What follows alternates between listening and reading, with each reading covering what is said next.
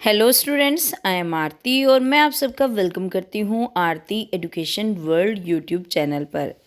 My dear students, आज की इस वीडियो में हम आपकी क्लास 9 की सब्जेक्ट साइंस की वर्कशीट नंबर 83 पढ़ने वाले हैं, जिसकी डेट है 8 फरवरी 2021। माय डियर स्टूडेंट्स, जो आज आपकी वर्कशीट है वो हमें रिवीजन कराने आई है किस चीज़ का, अणु और परमाणु का।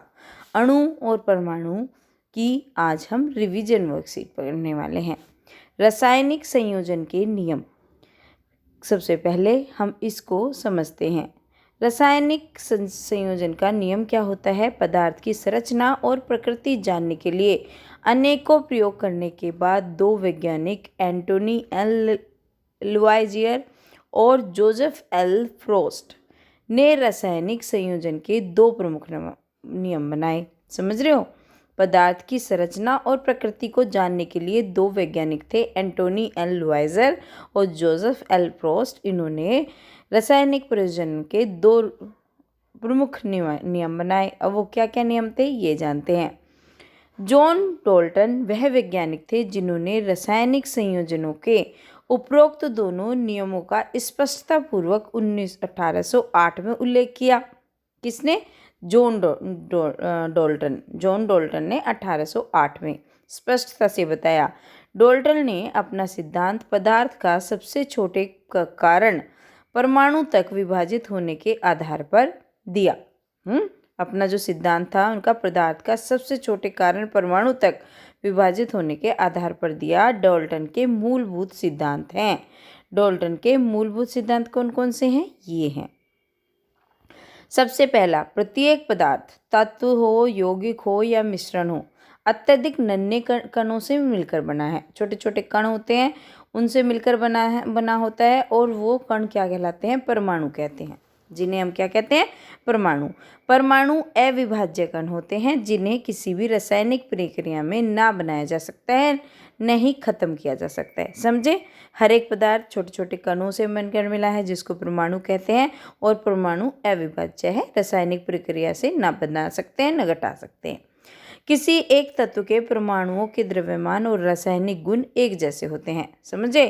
एक तत्व के अगर परमाणु हैं तो उनका चाहे द्रव्यमान है चाहे उनके गुण हैं वो एक जैसे होते हैं। दूसरी वस्तु के तो उनके अलग हो सकते हैं। विभिन्न तत्वों के परमाणुओं का द्रव्यमान और रासायनिक गुण भिन्न भिन्न होते हैं। तो समझे? एक के एक जैसे और अलग के अलग अलग। परमाणु पूर्णांकों के अनुपात में जोड़कर यौगिक बनते हैं। ठीक है?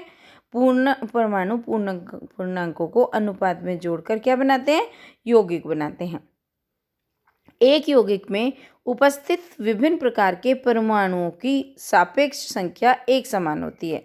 ठीक है? एक यौगिक में अगर उपस्थित हैं अलग के कई प्रकार के परमाणु तो उनकी जो सापेक्ष संख्या है वो हमेशा एक रहेगी। द्रव्यमान संरक्षण के नियम का अर्थ डाल्टन के दूसरे सिद्धांत में छुपा हुआ है। समझे? जो द्रव्यमान संरक्षण का नियम है उसका अर्थ जो डाल्टन का अगर हम दूसरा सिद्धांत पढ़ेंगे तो उसमें हमें समझ आ जाएगा। इसी प्रकार डाल्टन का आखिरी सिद्धांत स्थिर अनुपातों के नियम की तरफ इशारा करता है।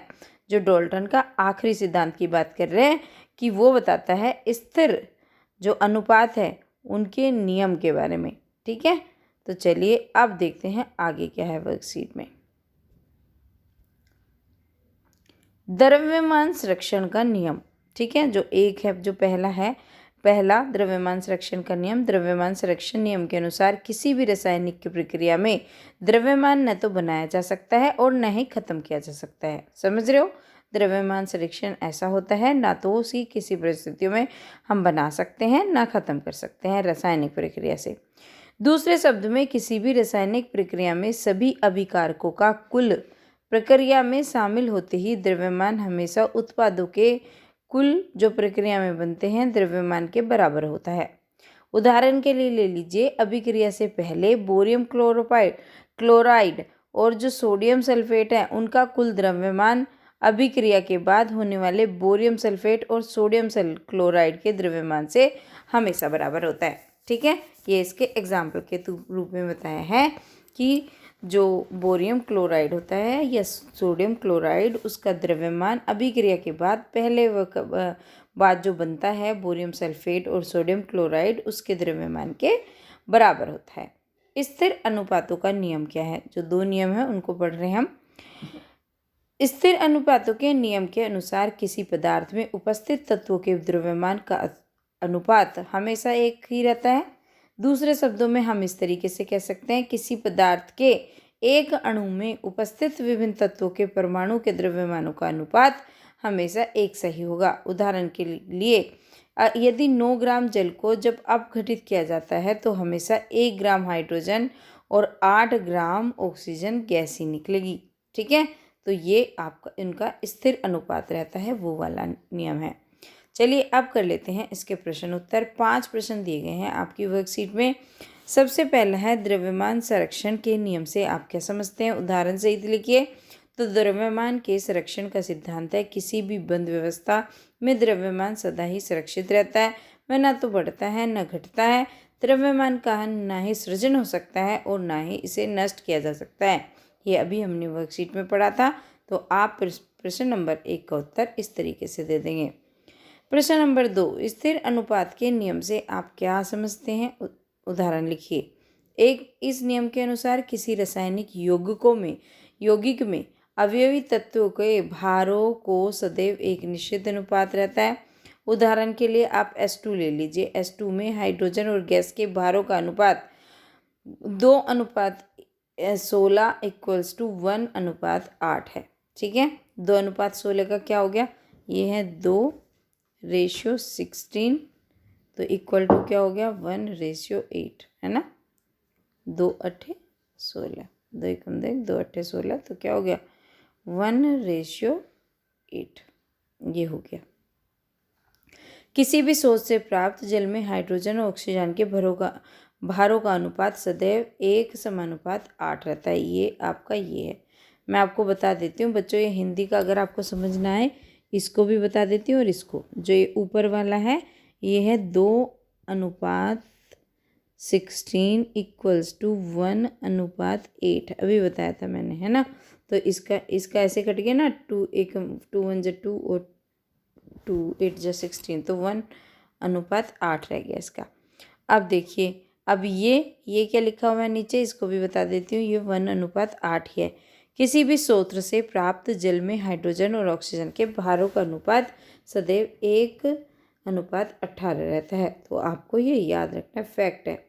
चलिए अब आ जाते हैं प्रश्न नंबर 3 की तरफ। प्रश्न नंबर 3 पूछ रहे हैं, डाल्टन परमाणु सिद्धांत किस प्रकार हमें रासायनिक संयोजन के दोनों नियमों को समझने में मदद करता है? तो इसको उत्तर लिखेंगे। डाल्टन के परमाणु सिद्धांत के अनुप्रयोग पहले ऐसे लिख दें, फिर 1 और 2। इनके अनुसार परमाणु पदार्थ के निर्माण की सबसे छोटी इकाई होती है ना। अभी हमने पढ़ा, जो परमाणु होता है पदार्थ की सबसे छोटी इकाई होती है। डाल्टन का परमाणु सिद्धांत उस समय तक रासायनिक संयोग के नियम की अवधारणा को समाहित करता है। यह सिद्धांत गणित अनुपात के नियम की व्याख्या करता है। तो ये हो गया दूसरा वाला। ठीक है, चलिए हो गया आपका प्रश्न नंबर 3। प्रश्न नंबर 4, यदि 7 ग्राम नाइट्रोजन को 3 ग्राम हाइड्रोजन से संयोजन करके 10 ग्राम अमोनिया बनता है, यानी कि NH3, तो विभिन्न उत्पादों का द्रव्यमान क्या होगा? यदि 7 ग्राम नाइट्रोजन को 10 ग्राम हाइड्रोजन गैस में बनाना है तो गैस से संयोजित किया जाता है। तो आप इसके उत्तर को करेंगे 17 ग्राम अमोनिया। ठीक है, तो ये हो गया आपका क्वेश्चन नंबर 4 का उत्तर। क्वेश्चन नंबर 5 देखो, प्रश्न तो बहुत बड़ा है लेकिन आंसर बहुत छोटा है।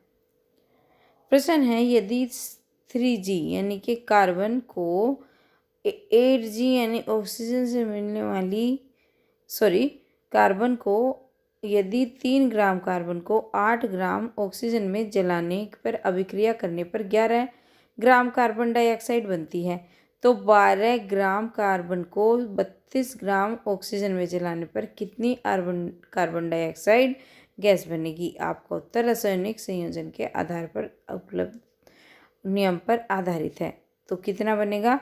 आप लिखोगे 44 ग्राम कार्बन डाइऑक्साइड गैस। ठीक है, इसको निकाल लेंगे सूत्र से। तो बच्चों, ये हो गई आज की आपकी साइंस की वर्कशीट। आपकी हेल्प करने के लिए मैं साइंस की वर्कशीट बनाती हूँ, तो लाइक भी करो वीडियो को और अपने दोस्तों के साथ शेयर करना। और बच्चों, एक कमेंट लिख के जाना कि आपको वीडियो कैसी लगी। Thank you.